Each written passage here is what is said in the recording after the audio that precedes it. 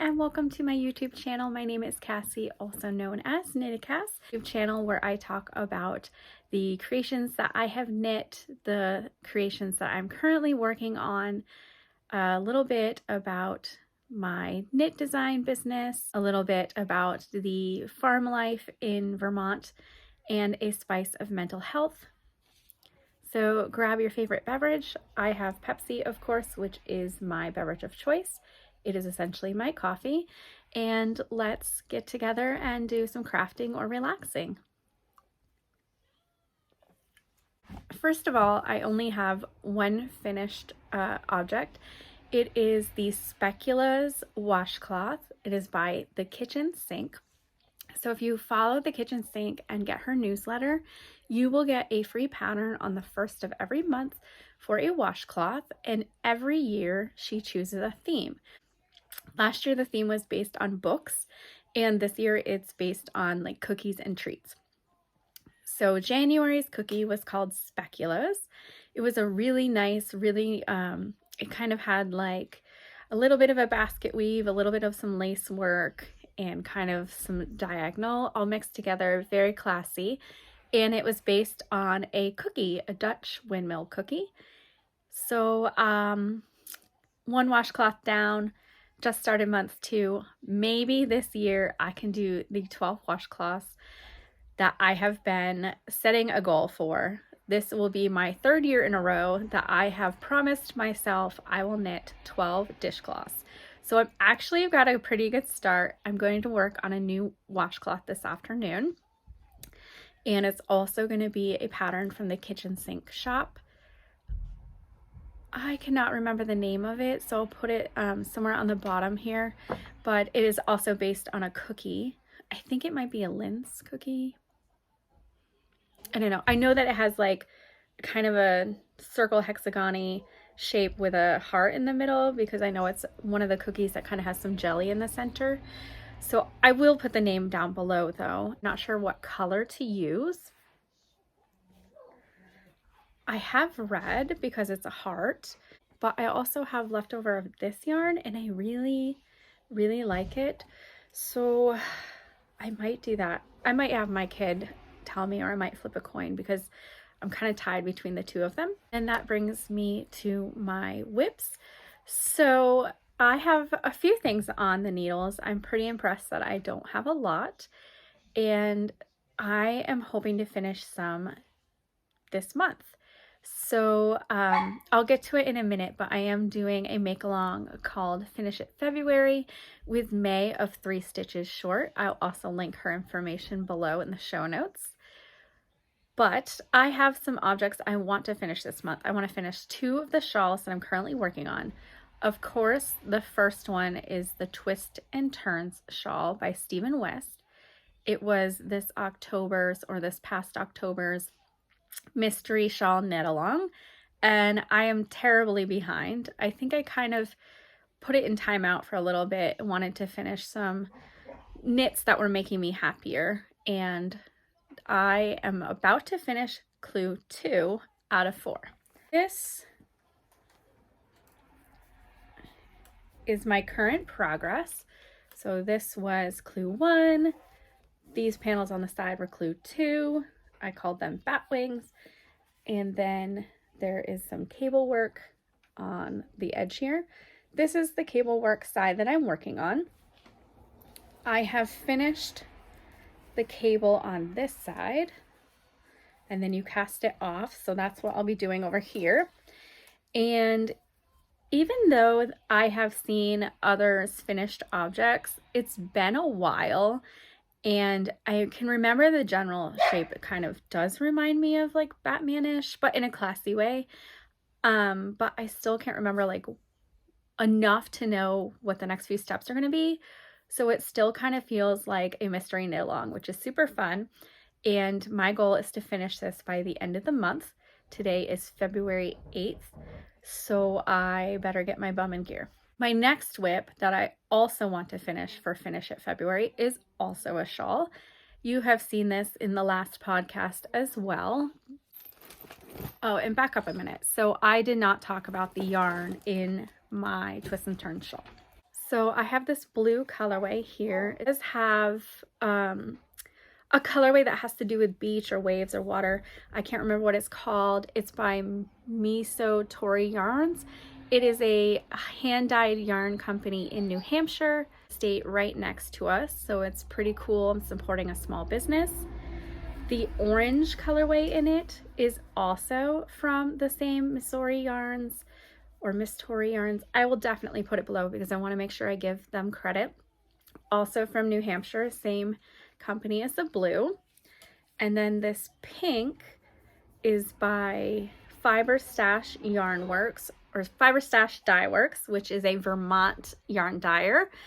And it is called Talk Nerdy to me. It's got this nice stellina base here.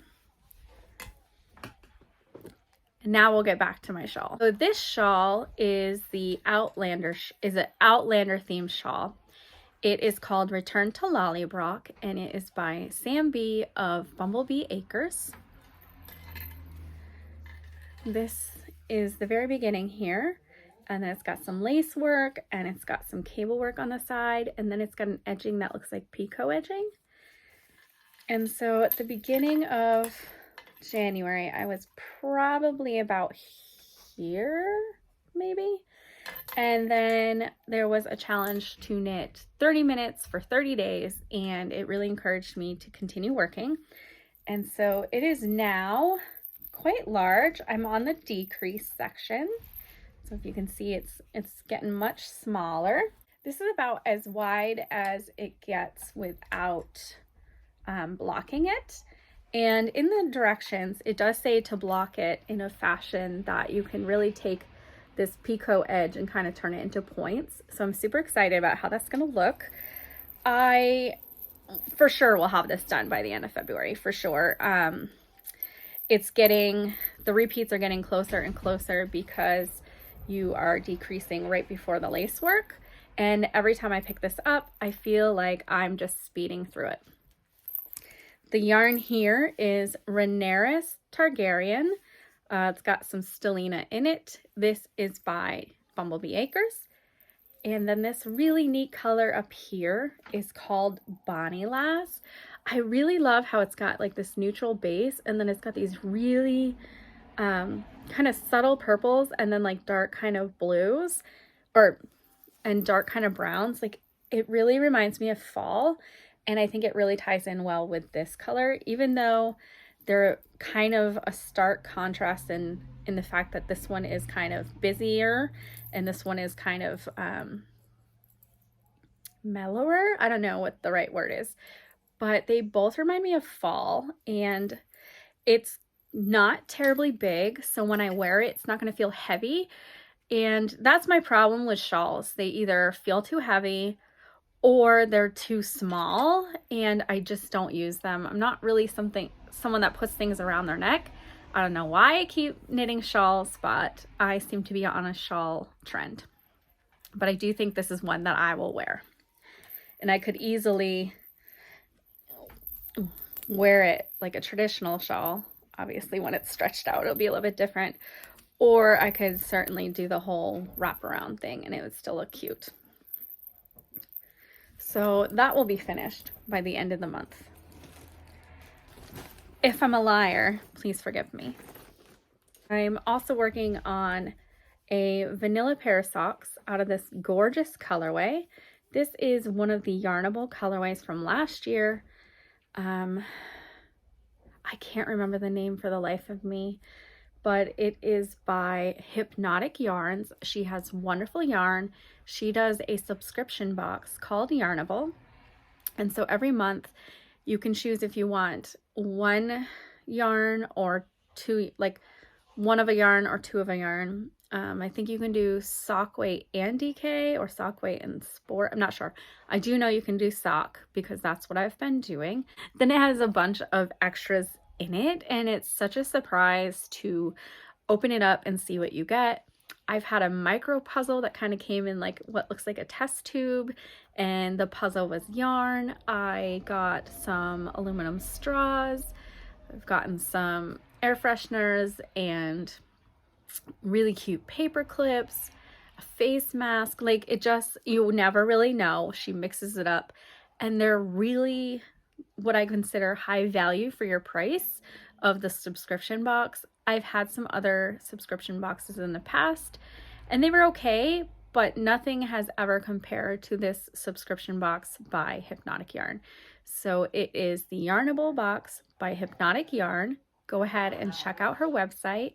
And if you get added to her mailing list, she'll let you know when a slot opens up, because she only has, it's only open to a certain number of people. Final whip, not even going to show it, is Sad Jack. I'm going to refer to him now as Sad Jack. So if you're new to my podcast, this is a mock Jack Sparrow doll. So it's essentially a knit doll of Jack Sparrow, but because of legal and copyright, they can't call it that. So what do they call him? I don't remember what they called him, but essentially it is Jack Sparrow. So I've been working on him for a while. He's not bringing me as much joy as he had been. He has been on the needles. This March will be the maybe second or third year, I'm not sure, but my son has been waiting patiently for him. And I keep promising him and myself that I'll pick it up and work on it and get it finished, and it's not happening. I have strategically decided that I will do the bigger pieces first. So like, I've made his jacket, now I'm making his shirt, I've already made his pants, I'm gonna make his boots, and then the rest should kind of fly. It's like a belt buckle and a belt and a sword, and I think a ring or something. So if I can just power through the garments, this thing is gonna be done. But do I do it? No. With that being said, he is Sad Jack, not only because he's been sitting around, but also because my puppy got very excited to see him and gave him a partial lobotomy, which means that he took some of his brain out. So he made my puppy made a pretty good shoe mark, pulled out some of his brain, which is scrap yarn, and I had to do some surgery to stuff it back in and do some surgery. And so he looks really ugly and really sad. Luckily, he has a bunch of hair that's going to go on later and it will cover it. My puppy also ate his little goatee, and he had like a little, not quite a mustache, but kind of like little line of a mustache here. And so, yeah, he is Sad Jack. Hopefully sometime in the future he will be Happy Jack and I can share him with you. I'm really hoping that by my next podcast I will have a couple things of his attire to show you, but I make no promises. My other whip is a sock design that I am working on. I am very excited about it. Like in traditional Cassie knit design, it was not originally what I wanted to do, didn't work, and then I made a couple mistakes that turned out awesome. So now I'm super, super excited to share it with you all. I want to wait until I have finished my prototype to show it. I'm not sure when it will be released, but I'm very excited to share it with you when it is. Make Nines. So I'm sure you've heard of people referring to Make Nine is a make-along. I cannot remember who started it. I will try to put her name down below of her podcast. So the idea is you choose 9 projects that you want to finish in that calendar year. You decide and post it in January, and then you work on it throughout the year, and it encourages you to get some of your dream projects done. Last year I did a Make 9 and I made 4 or 5 out of my Make 9. I will put a photo in that shows my grid of my Make 9, and it'll either be circled or crossed out the ones that I have already made. The ones that I didn't, a good portion of them have moved over to this year's Make 9. And this year's Make 9 is a little ambitious. I really want to do more sweater knitting. I really want to perfect the sweater and have a sweater that I feel comfortable wearing. I've knit a couple sweaters. There's always something that I don't quite like about it. My last sweater ended up being a short sleeve sweater, Monte Rio by Stephanie Talent. I'll put a picture of me wearing it. It was a sweater that I finished for Rhinebeck, and I actually finished it Saturday at Rhinebeck on the hill. Otherwise, my sweaters I've not really enjoyed. I have a colorwork sweater that I'm really excited about called the Autumn Court Shawl. It is by Dragon Horde Yarn. It is inspired by Aquatar or A Court of Thorns and Roses, which is a book series by Sarah J. Maas. G. Maas? I'll put it down below. I don't know what is with me in names today. She is a fabulous writer. She's written A Court of Thorns and Roses. She's got Crescent City series. The really good books that have a lot of plot to them, character development, and intrigue. It keeps you on the edge of your seat, and it is young adult, and I absolutely love them. So I highly recommend giving them a try. And that was the series A Court of Thorns and Roses and Crescent City by Sarah J. Maas. This year's Make 9 is the Autumn Court Sweater by Dragon Horde Yarn, the Campside Cardi, I'll put the name below, the Daisy Fields Market Tote, I'll also put the name below, the I'm Late Mittens. This is inspired by Alice in Wonderland. And if you're new to the podcast, I am absolutely in love with Alice in Wonderland and anything that has to do with it. I want to actually successfully knit the Brioche Heart Hat by Jonathan Tallow. This was on my Make 9 last year. It is a really fun brioche hat. I'm totally comfortable doing brioche, but I can't for the life of me figure out increases and decreases, and therefore I cannot do the heart pattern. I also want to make the Stranger Things cowl. That might not be the name, so I'll put it down below.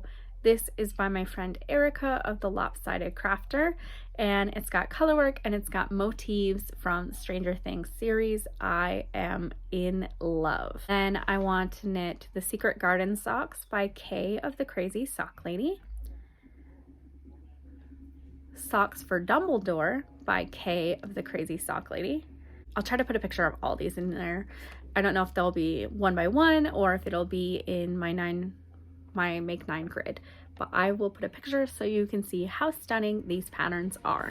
Down to the business side of things. I am doing a really, really exciting make along with my friend May of 3 Stitches Short, and it is called Finish It February. The goal of the Finish It February make along is to clear your needles and get things finished that you might not get finished without a little bit of motivation, or to really push yourself into gear to finish things that you have been struggling to finish. And then you have your needles clear for all of your Make 9 or other knitting, crafting goals. This also applies for crochet. So, how you enter for prizes. There is a chatter thread on May's website. I will put that down below. You will get prize entries for your chatter on that thread. There is also a finished object thread where you will post your finished objects. Each finished object and each chatter thread get entered for prizes. You can also get entered for prizes by using the hashtag FinishItFeb2023 on Instagram. We will be drawing a prize early March, and I'm super excited to see what people are finishing, see their gorgeous photos, and cheer everybody on to finish their projects. You also can check out my video. I have a short video that goes over the Finish It February make along. If you're new here, and I saw that there was some new subscribers, I really want to say thank you. I am super excited that you checked me out and you have subscribed. I am 1 subscriber away from 100 subscribers. That was one of my goals last year. So I'm really excited that it's February and I have already made that goal. I am going to be doing a giveaway from this podcast. So what I would like you to do is post a comment down below. You can write anything you want to write, but it must have the hashtag FinishItFeb2023. That way I can sort through the comments and pick a winner. The winner will be announced in my next podcast. I will put the name down below, and then they can contact me so I can get that shipped out to them.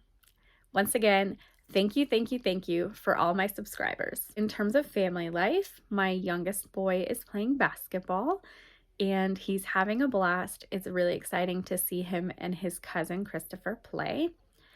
And I have been spending a lot of time bringing him to practice, watching him play, and watching his older brothers play basketball as well.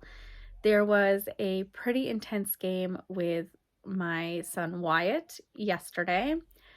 Both teams played really hard. The score was going back and forth, and it was a fast-paced game. It was what I call a no knitting game, which doesn't happen very often because I can knit and watch things.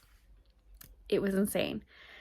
However, at one point, he was blocking a guy near the basket, and the guy kind of plowed right through him, knocked him on his back, and almost landed on him. So today, he's having a hard time walking, and his shoulder hurts, so we will be going to urgent care. I'm really hoping nothing is broken, and I have a hunch that he might have torn a tendon or something. So I'm really hoping he doesn't have to have surgery or sports limitations, because that will really bum him out. In terms of the sheep life, I live on a family farm in Vermont with my 4 children and my wonderful husband, and I have started sheep farming. I currently have 5 sheep, and I have 3 ewes, and all 3 are pregnant. And they're at the point where they're starting to get that nice little egg shape when you're looking at them from either the front or the behind. Really exciting. They're kind of got like a more mellow demeanor, which is pretty common when they're pregnant. They did that last year. I'm really excited to see how many lambs we get. I'm really excited to see what combination comes out from my Batterface ram and my Snow White, which is also her name, ewe. So I'm not sure what their babies will look like, and I'm very, very excited. Babies will be here most likely early May in Vermont, and I think all over the place. The weather was crazy last weekend. We had, at our lowest point, minus 25 degrees Fahrenheit, and with the wind chill, it was negative 40. I think at one point it might have been a little bit more with the wind chill, but I'm not positive. And on our highest mountaintop in Vermont, Mount Washington, it was negative 108 without the wind chill, which is a record. It was insane. So we bunkered down and didn't go anywhere, and it was a wonderful weekend for being cozy, knitting, and reading, both things of which I really enjoy. Now I get to talk about the books that I have read and I'm reading. I have finished a few books already this year. So I am 2 hours away from finishing the final Gambit, which is the 3rd book in a trilogy called The Hawthorne Legacy. And that's by Jennifer Lynn Barnes. That should be finished. If I listen to it while knitting, it'll be finished soon. If I listen to it when I'm going to the gym, it'll probably be a week or so. And then I have finished Layla by Colleen Hoover. It is a book about a husband and wife. The wife goes through a traumatic injury and isn't quite herself. So he brings her to the place where they first met to see if he can kind of get her to come back and be a little bit more of who she used to be. And then everything is crazy, and there's things that you would never anticipate. It was really good. Really, really good. I definitely recommend that one. I have also finished The Never King by Nikki St. Crowe. This is part of a trilogy. That is the first book, The Never King. And it is, if smut is not your thing, don't read it. It does have a plot line. It's not well developed. It's linear, like it makes sense. It just doesn't have like the character development and those type of things that make a really good book, but it does have smut. So it's a little bit of a plot that makes sense with some smut. So if you're not into that, I would not recommend it. If you're okay with that, I think it's a wonderful book to read. I highly recommend it. I am currently reading The Recovery Agent. This is a book by Janet Evonovich. She is an author that I really, really love. She is known for her Stephanie Plum series, one of which had become a movie. So the first book is called One for the Money, which was a movie. The movie wasn't anywhere near as good as the book, and she's all the way up until 30 or 31. It's really, really funny. It's about a girl who is a bounty hunter, quite terrible at it, gets into these weird predicaments, and has a grandmother who's a hoot. And it's a really good book if you're looking for some lighter reading or some brain fluff or like a feel-good kind of book. The Recovery Agent is about a girl who is a recovery agent. So she typically is helping, if I understand correctly, with missing items and fraud and insurance.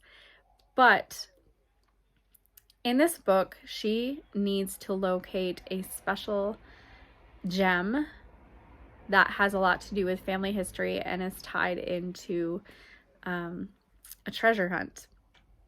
And so I've just started reading it, and it's all right so far.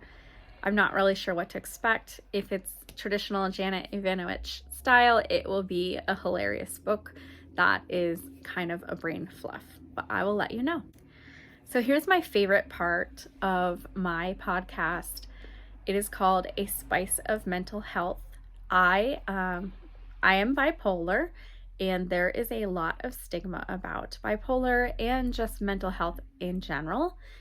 And so I am on a mission to destigmatize the stereotypes and kind of judgment that goes towards people with mental illness, but then also recognizing that we as humans all struggle with some aspect of taking care of ourselves mentally. It is a big thing that when we're being raised wasn't really a big focus. In today's society, it's not a big focus. And so I just really want to talk about ways to take care of your mental health. So this week, I'm really excited. So February is known as a month for love and Valentine's and lovey-dovey stuff, which may or may not be your cup of tea. But I want you to love yourself. So what I want you to do is I want you to wear your favorite outfit, put makeup on if that makes you feel good, do your hair if you like that, and take some selfies, or have, a friend just take photos. Just keep snapping photos. You will find some amazing gems, and I hope that you can look at those photos and pick out some things that you really enjoy about yourself and recognize that you are beautiful. With that, I'd like to say have happy crafting, happy knitting, and I will see you next time.